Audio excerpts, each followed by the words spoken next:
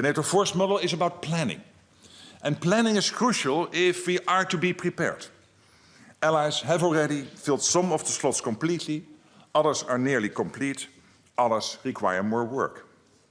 Allies in the nuclear planning group also met today to address NATO's nuclear capabilities, which are the ultimate guarantor of Allied security. I welcome the statement released by the MPG, which demonstrates Allies' commitment to NATO's nuclear deterrence and reiterates our unity and our resolve. As the statement makes clear, we will continue to modernize our nuclear capabilities, improve planning, and adapt to ensure our nuclear deterrence remains fit for purpose. We today will shortly start a meeting of the Ukraine Defence Contact Group, which President Zelensky will join. Ukraine is changing the dynamic on the battlefield and inflicting huge losses on Russia.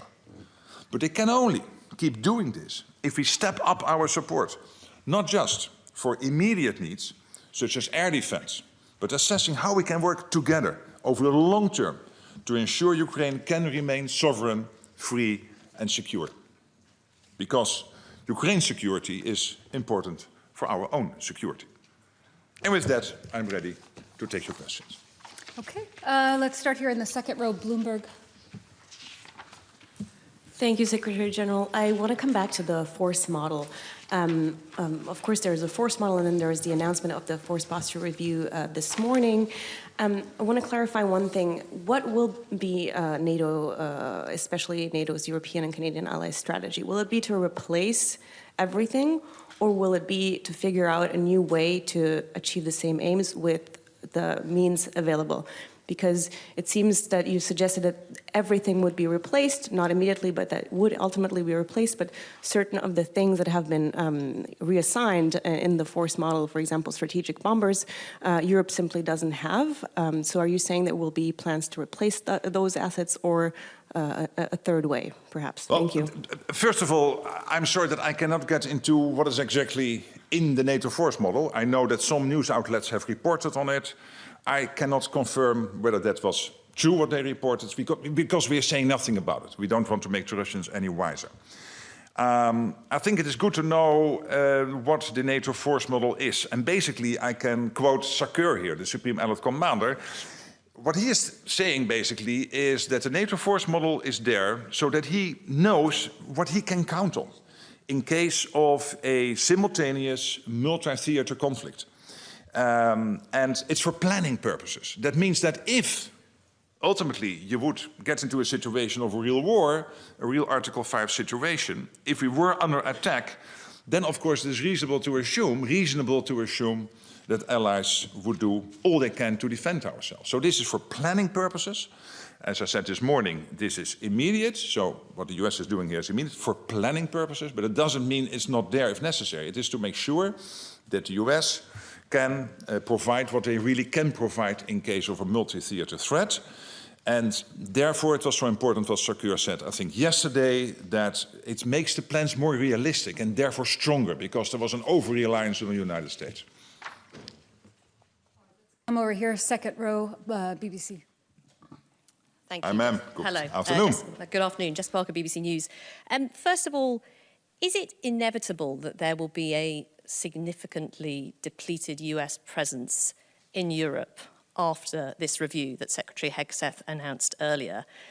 And I want to ask you as well, are allies being punished for the stance they took on the war in Iran? Well, what we're seeing, let's first of all agree what we are seeing today, which is the $139 billion in real terms, in nominal terms, what we are spending at the moment extra compared to last year. That's incredible. That's Canada and Europe. I think against that background, it's completely acceptable that the US is thinking, okay, what is our role here in terms of a force posture? Do we have to make changes or not? This will take months. They will do this in close consultation with allies. So I think this will be a structured process somewhere over the next 6 months. And Iran? Iran? My question on Iran. I've not heard anything of the kind. This is what Hegseth did today, I think, is acknowledging that a lot is happening compared to what he said in February last year when he spoke last time, no, it was not last time that he spoke to the ambassadors, but when he did a big speech in February last year, where he said, hey, we really want Europe and Canada to step up. What he is acknowledging today, it's happening, it's taking place. Not everywhere, still more needs to be done. I think it is good that he is clear about what he feels, what his sense is of where we are at the moment. We need to have that discussion.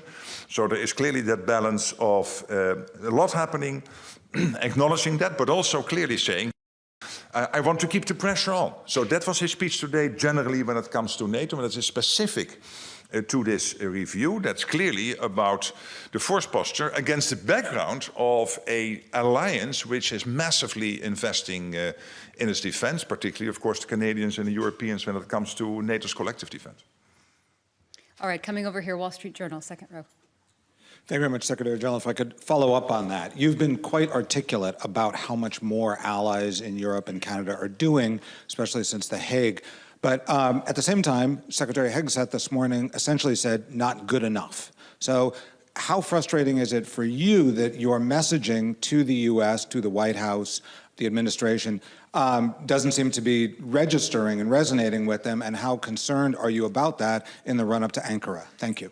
It's not messaging to one particular audience. What I'm trying to explain to you and to the wider world through you is what's happening.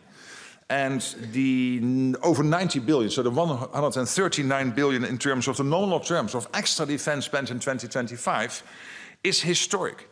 I think we are at a level where you have to question yourself, if it is even more in 1 year, can you absorb all that money? I think we all acknowledge that. Also Pete Hegseth. But then when you look basically more in detail, you will still find allies holding back a little bit and needing to do more. And I think what he tried to do today is to keep the pressure on. And I think that's good.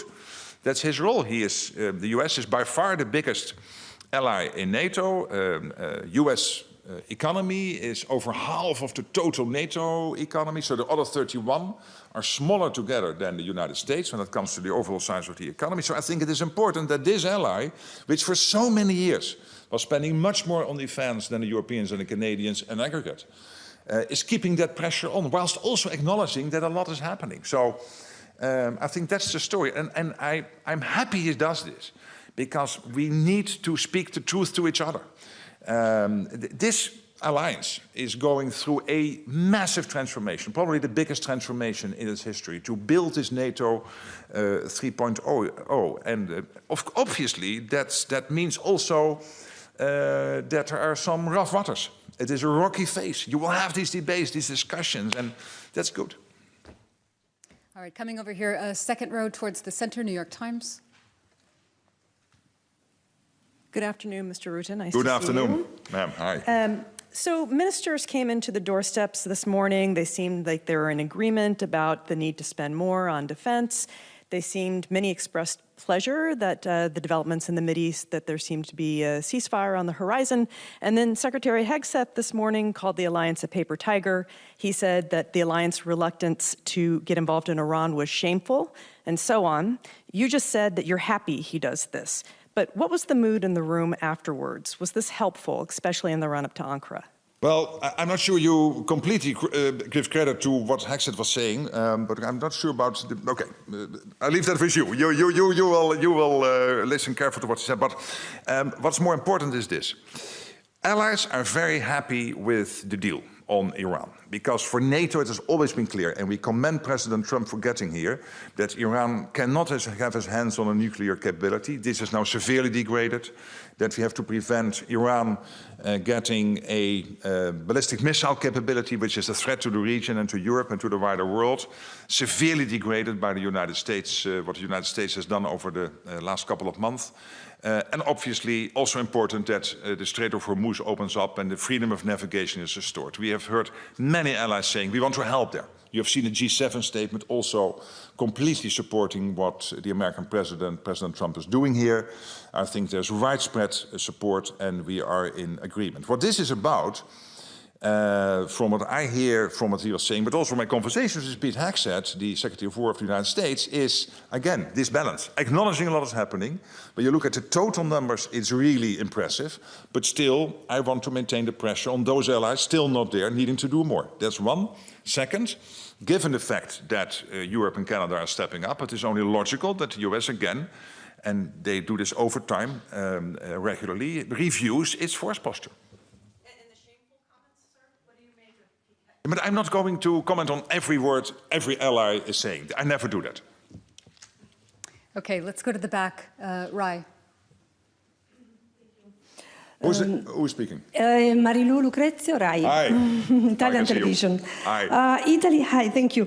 Italy has announced for Hormuz it would provide as a contribution to a demining mission. What's your comment and what NATO wants to do for the freedom of navigation? Thank you. Thank you for that question. So what we are seeing now is that thanks to the hard work by the American administration, nuclear degraded, ballistic missile capacity of Iran degraded, extremely important, long-standing positions of NATO that Iran should not have these capabilities, plus now the perspective of the Strait of Hormuz opening up. What the French and the Brits are doing, they are leading this coalition of, I think it's over 40 countries at the moment, of countries who have capabilities which can be helpful here, particularly when it comes to demining. You know, the US is very strong, but two things they miss. One is icebreakers. You don't need them in the Strait of Hormuz. And the other thing is demining, and you need that now in the Strait of Hormuz. And Europe has that capacity, that capability, well, really big.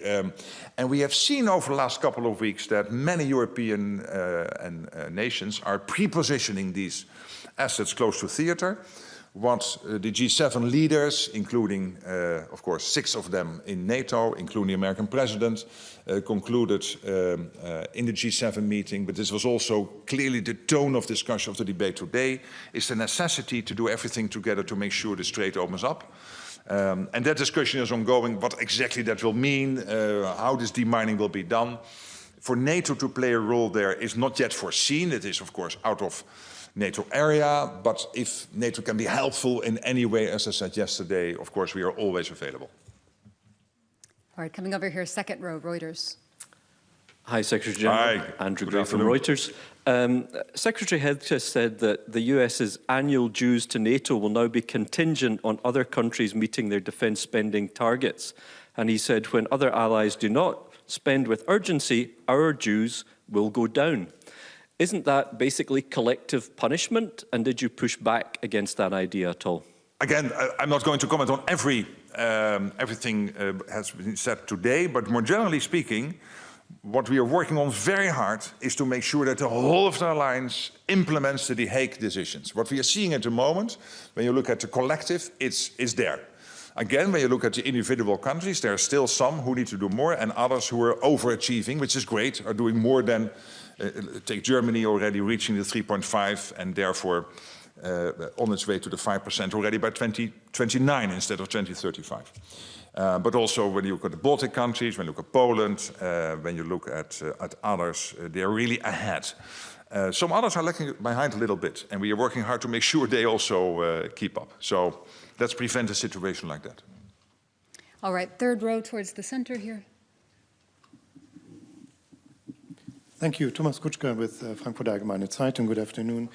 Good afternoon. Secretary General, as the US is reviewing its force posture in Europe, does the alliance need a roadmap moving forward so that the US consults with allies before it actually takes drawdown or decommitment decisions, unlike we've seen with the previous decision? And do you see a risk of dangerous defense gaps, as the German defense minister Boris Pistorius has said this morning, if there is no synchronizing of this kind? Thank you. I think Pete Hegseth made quite clear that the US will do this force posture review in close consultation with allies.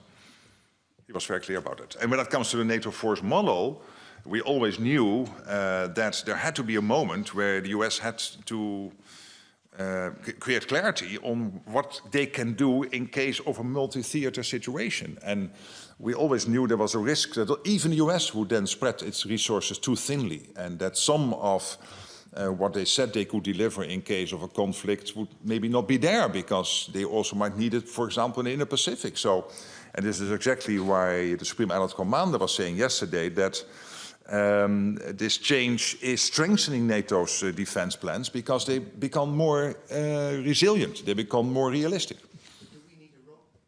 Yeah, I mean, they will do the review, they will consult with allies. I think that's more or less the definition of a roadmap. But there's still no clarity on exactly what the outcome will be because that will depend on the review. So we'll see what happens. Okay, just in front of him here in the second row. Thank you, Secretary General. Given the push for NATO 3.0, how can Ukraine contribute to the allies in Europe delivering on their objectives, including those which Hexeth stressed today? Well, I think in two ways. One is Ukraine is playing, of course, is gaining so much insight and experience when it comes to the latest technology, because, particularly when it comes to the drone and the counter-drone technology. And I think Ukraine is now #1 in the world on that. They are ahead of Russia, they are ahead of many NATO countries, and we really can learn from Ukraine on this. So this is one area. Another area is that Ukraine has to be so innovative, fighting this war against Russia, staying so clearly ahead of, in terms of Russia not being successful in achieving his war aims, that from that we can learn as NATO when it comes to policies, when it comes to strategies, so that helps us to update our plans. And finally, it is the Ukrainian defense industrial base. So NATO is helping any way we can. We have this joint center in Poland where we capture all the lessons. Still, NATO can teach Ukraine, learn Ukraine one or two things when it comes, for example, to the air domain, but when it comes to particularly drones, it is Ukraine teaching the others. So in all these areas, the defense industrial base, drone technology, the latest insights from the battlefield, we are becoming stronger as NATO, in the meantime helping Ukraine to stay strong in the fight. All right, coming to the fourth row here, AFP. Thank you very much, Secretary General.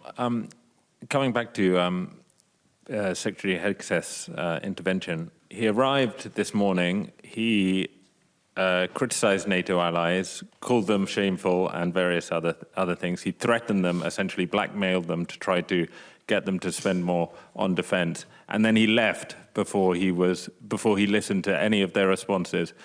Do you think that really shows the commitment from the US that you said was there? And the fact that he didn't stay to meet President Zelensky, does that show that the US hasn't changed its position on supporting Ukraine after the G7? He delivered his remarks at 9:30. He left at 11:15. So he was there for almost 2 hours listening to the debate and acknowledging the contributions of many allies. We knew that he had to leave early because he had prior scheduled commitments, so we knew that. But he was there for almost 2 hours listening to the debate.